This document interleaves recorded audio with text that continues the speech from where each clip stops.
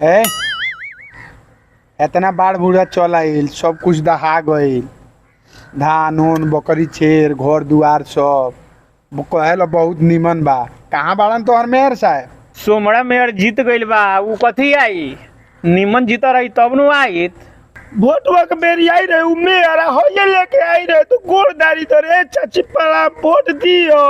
एक बेर उनके पार है सब जो घर दहा गइल, छती इतना हो गइल, माल जाल पूरा दहा गइल।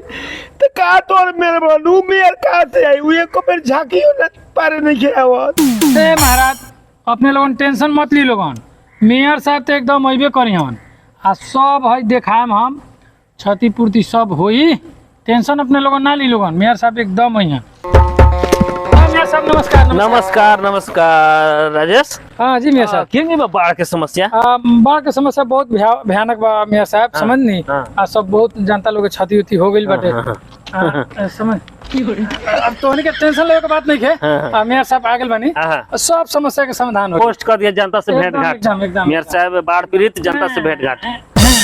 ठीक बा। पहले तू अपन समस्या दूर कर।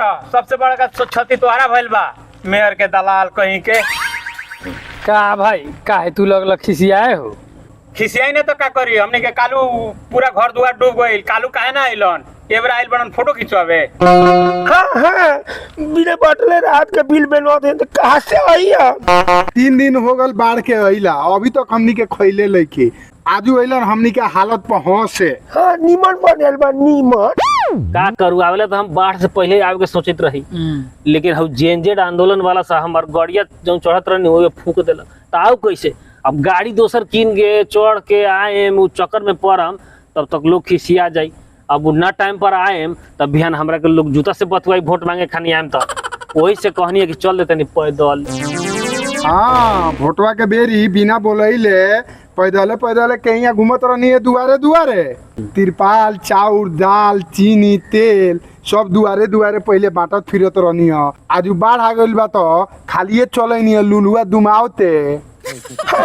74 के चुनाव में जब दहाड़ आई रहे तो बिना चप्पल जूते के राहत सब बांटत रहनी।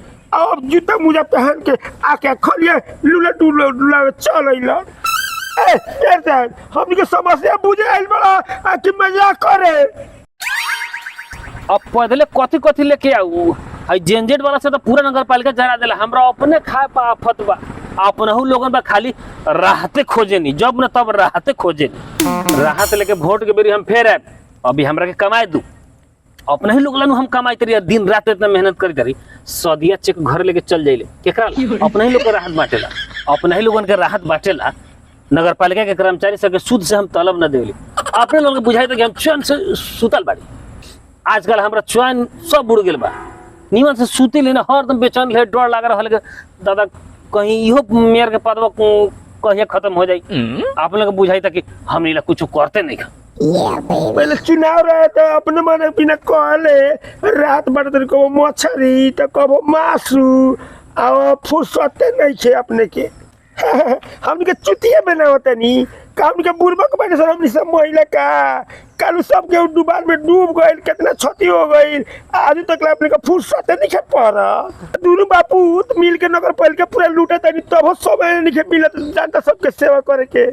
भाई बना के रखले बानी 3 फीट के बाटे, अभी ने काम में खाली फोटो खींच रहेला, चमचाई बेलचाई करत रहला।